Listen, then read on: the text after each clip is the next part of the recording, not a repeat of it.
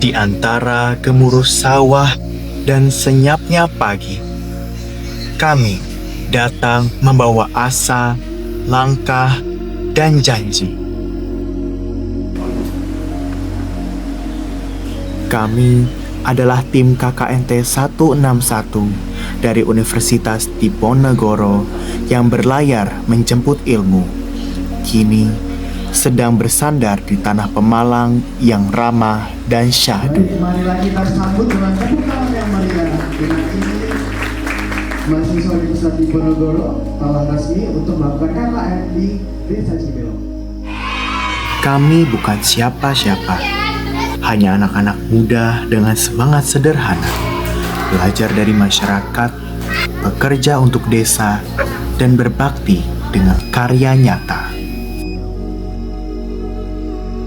Desa Cibelok, sebuah desa yang terletak di Kecamatan Taman, Kabupaten Pemalang, Jawa Tengah.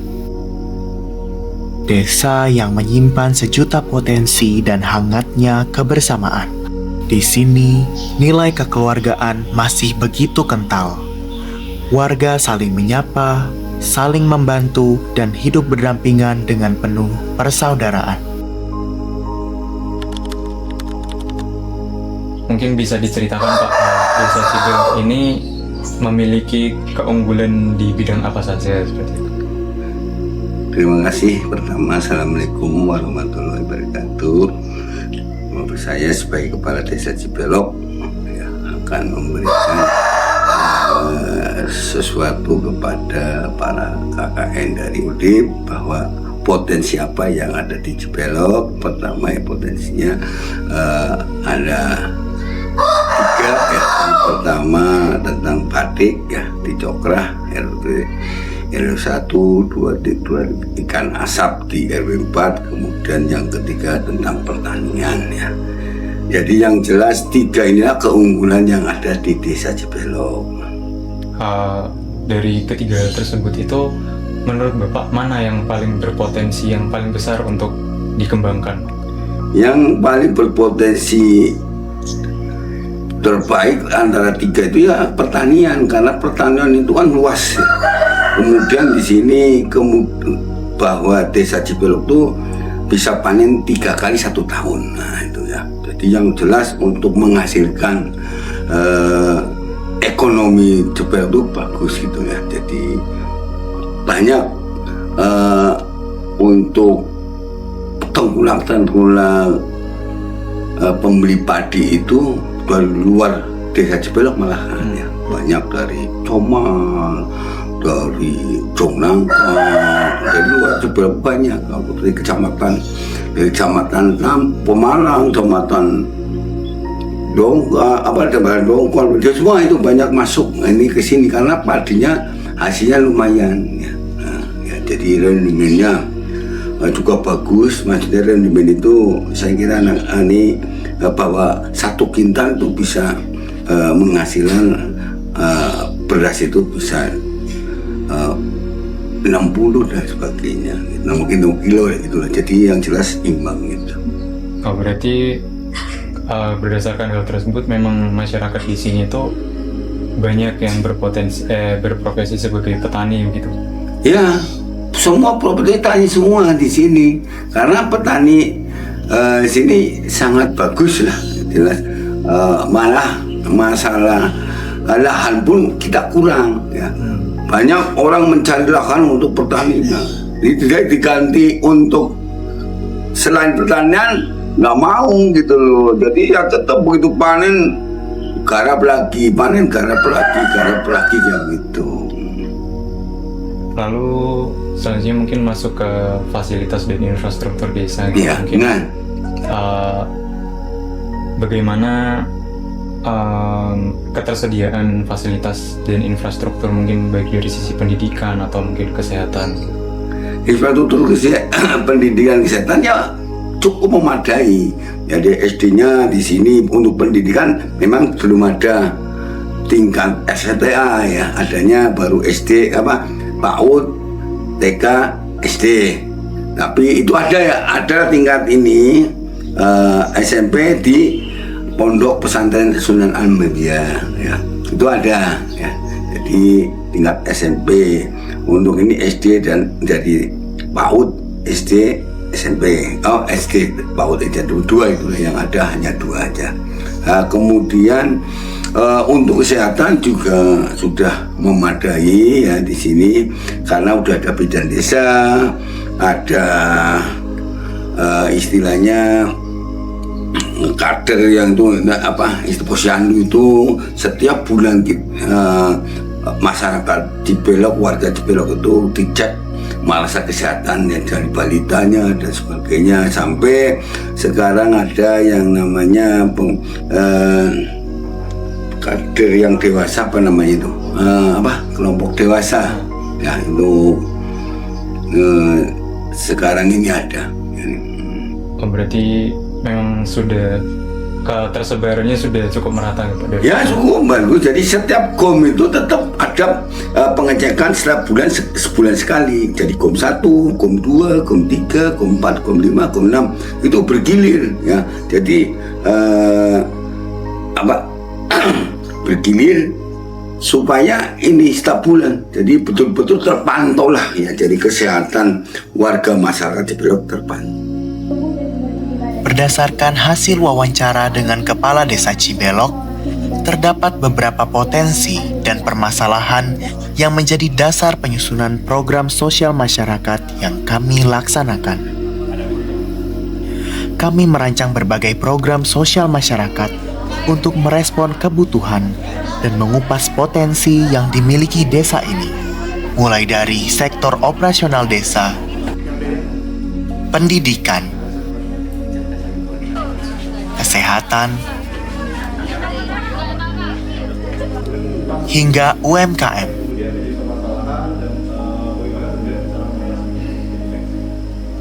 Di balik besarnya potensi di bidang pertanian dan UMKM, Desa Cibelok juga menyimpan potensi besar di bidang ekonomi kreatif. Salah satu yang menonjol adalah UMK Batik Arum Cempaka, sebuah usaha lokal yang tak hanya menjaga warisan budaya, tetapi juga membuka peluang ekonomi bagi masyarakat. Dengan motif-motif khas yang terinspirasi dari nilai dan lingkungan lokal, batik ini tidak hanya menjadi identitas desa, tetapi juga berpotensi menembus pasar yang lebih luas.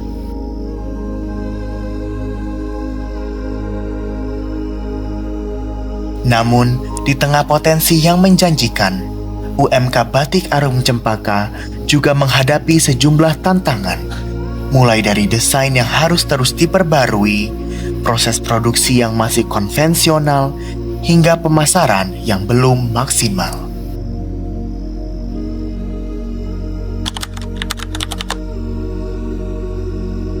Baik Ibu, kami ingin bertanya, apa kesulitan Ibu dalam menentukan desain baru untuk batik?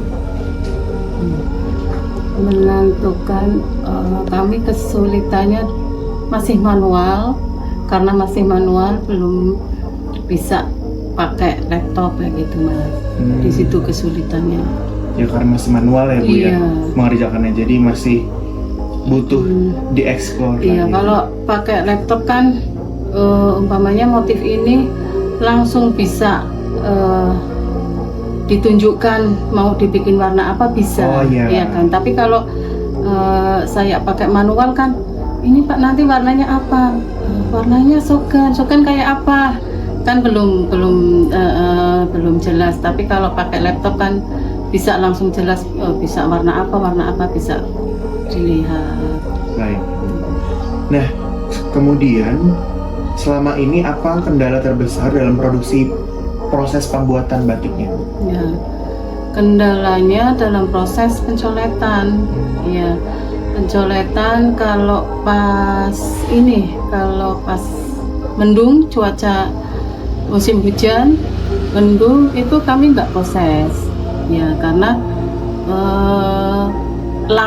keringnya lama, kemudian cairan yang kita colet itu akan masuk ke sela-sela malam yang jadi penghalang itu kan kadang ada yang berlubang gitu atau retak-retak. Nah, itu cairan itu, larutan tersebut masuk keluar. Nah, nanti yang pembatas, umpamanya ini pembatas batikan canting, terus di sini mau merah, di sini mau hitam, karena nggak panas-panas mendung terus gitu ya, si larutan tersebut atau cairan tersebut itu akan masuk keluar. Nah, atau yang si hitam nanti masuk ke yang merah. Nah, itu warna akan rusak. Umpamanya bunga harusnya warna merah utuh, akan ke noda dengan warna yang hitam tadi, akhirnya akan rusak. Nah, itu kesulitannya di situ. Terus kalau ada angin besar, jadi kain itu selalu bergelombang terus. Jadi kami kalau mencolet itu akan selalu banyak kesalahan. Kesulitannya proses pencoletan. Tapi kalau proses celup enggak terlalu parah sih.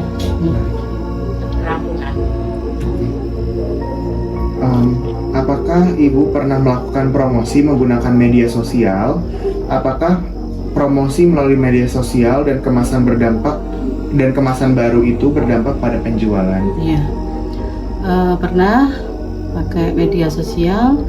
Alhamdulillah sih dampaknya bagus. Ada customer yang datang, saya tanyakan, ternyata katanya tahu batik Arum Cempaka dari media sosial.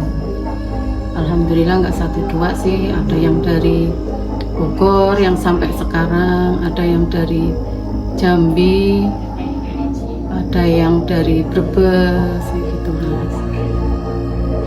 Menurut Ibu, apa saja faktor kunci yang dapat meningkatkan eksistensi UMKM batik di pasar saat ini? Kuncinya meningkatkan mutu, terus menggunakan media sosial kan ya. Ya, itu yang paling Iya. paling baik saat ini ya. Iya. Bu, ya?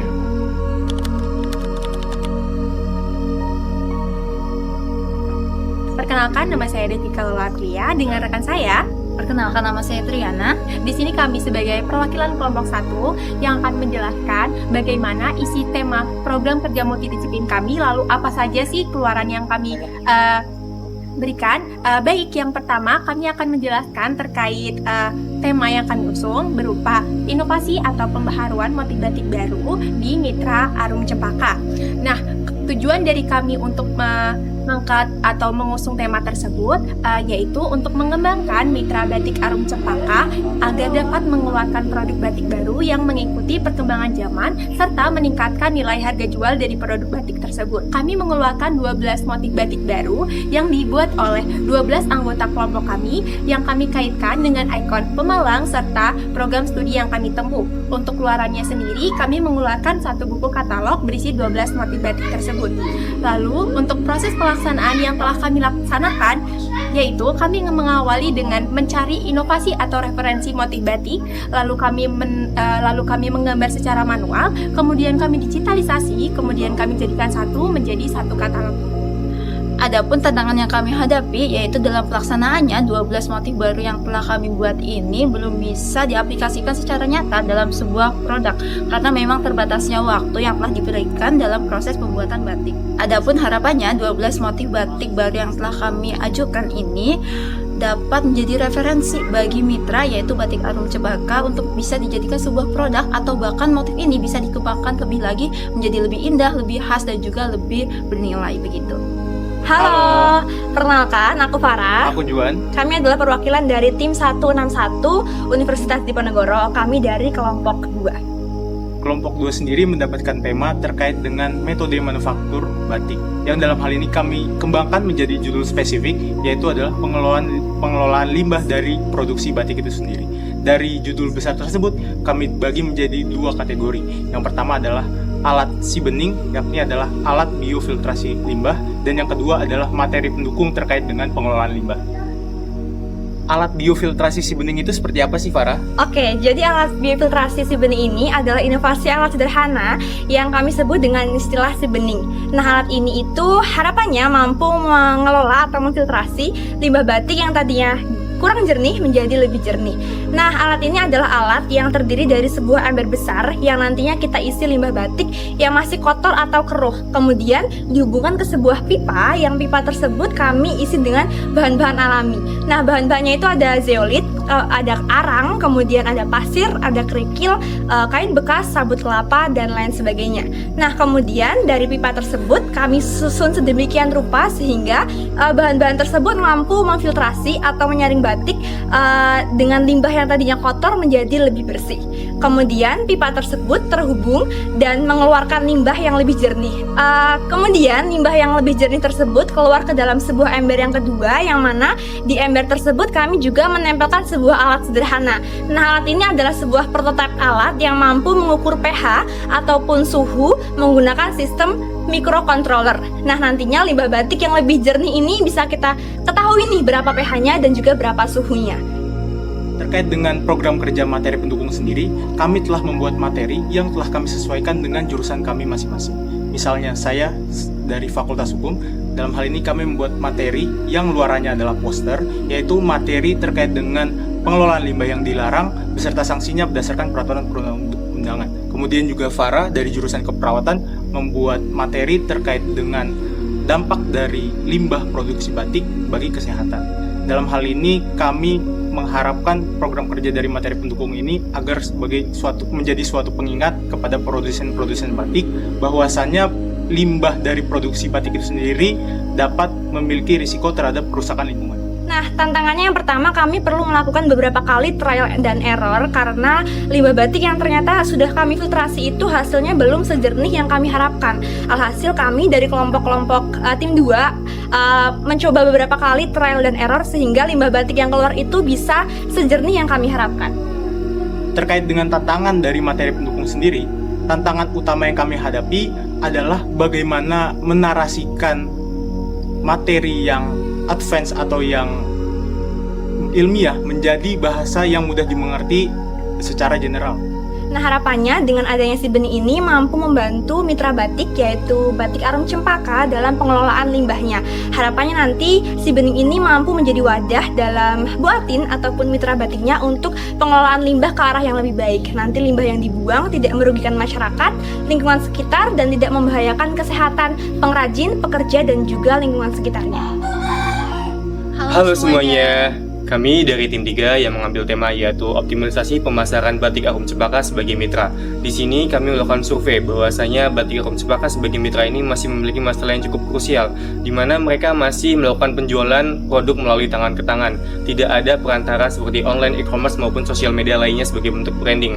Dan di sini kami sebagai mahasiswa tim KKN 161 ingin membantu Batik Arum Cempaka untuk berkembang lebih lanjut sesuai potensinya. Dan dengan adanya beberapa program multi kami seperti halnya SIU atau surat izin usaha ataupun website, QR code ataupun buku panduan. Di sini kami memfokuskan pada buku panduan. Buku panduan itu merupakan bantuan kami terhadap produsen sendiri ataupun terhadap Bu Atin sendiri untuk Bu Atin dapat memahami bagaimana mengembangkan produknya lebih lanjut dengan memperhatikan beberapa aspek tertentu seperti bagaimana supply chain manajemennya itu berjalan ataupun bagaimana manajer distribusinya itu berjalan ataupun bagaimana pengelolaan e-commerce yang baik.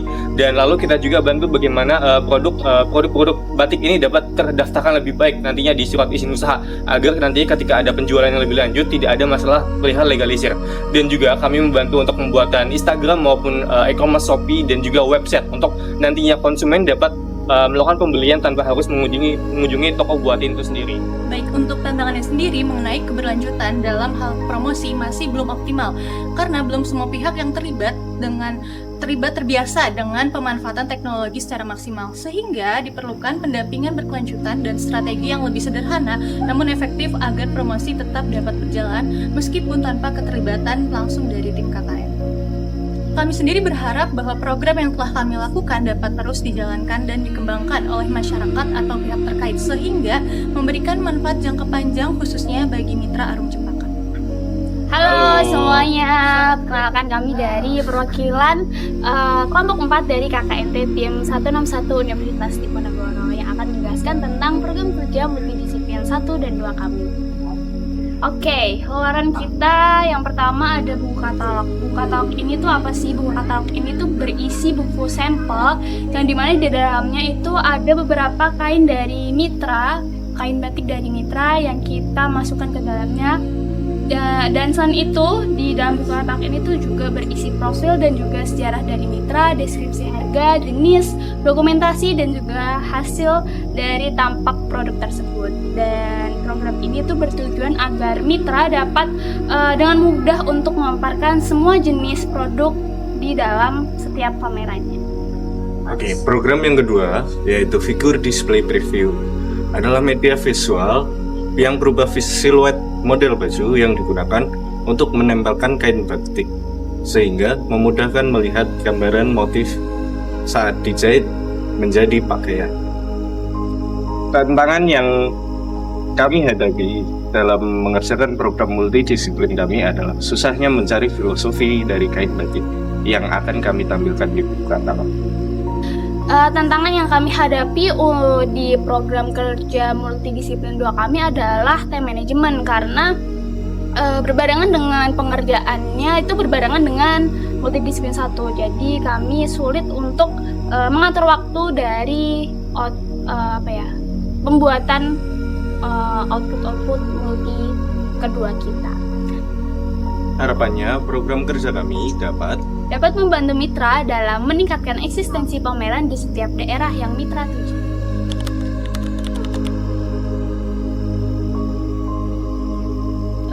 Menurut saya kinerjanya mereka di sini bagus.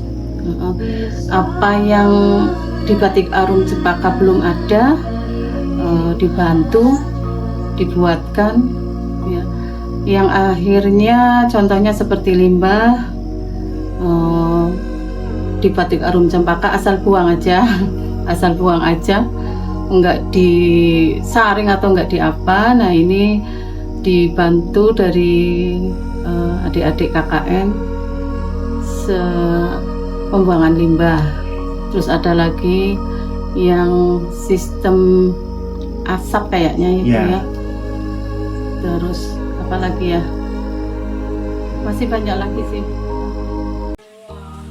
Di antara lembar batik yang terbentang, di balik senyum ibu-ibu posyandu yang tak pernah hilang, dan di tengah tawa anak-anak sekolah yang berlari riang, kami menemukan makna bahwa pengabdian bukan soal besar kecilnya karya, tapi seberapa tulus langkah yang kami bawa.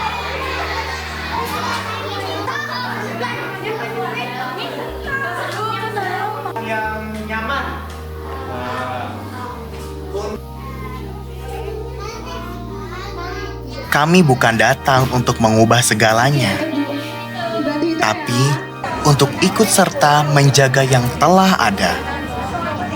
Menyentuh hal-hal kecil dengan cinta, dan tumbuh bersama Desa Cibelok dalam cerita yang nyata.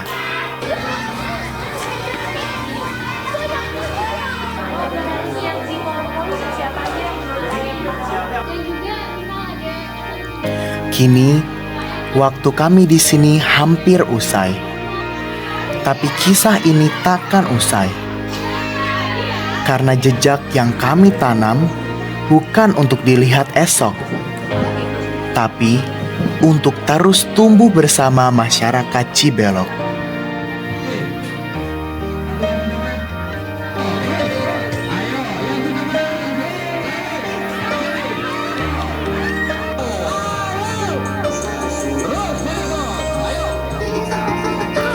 Kami, tim KKNT 161 Universitas Diponegoro, pamit dengan harapan. Semoga langkah kecil kami meninggalkan arti yang besar.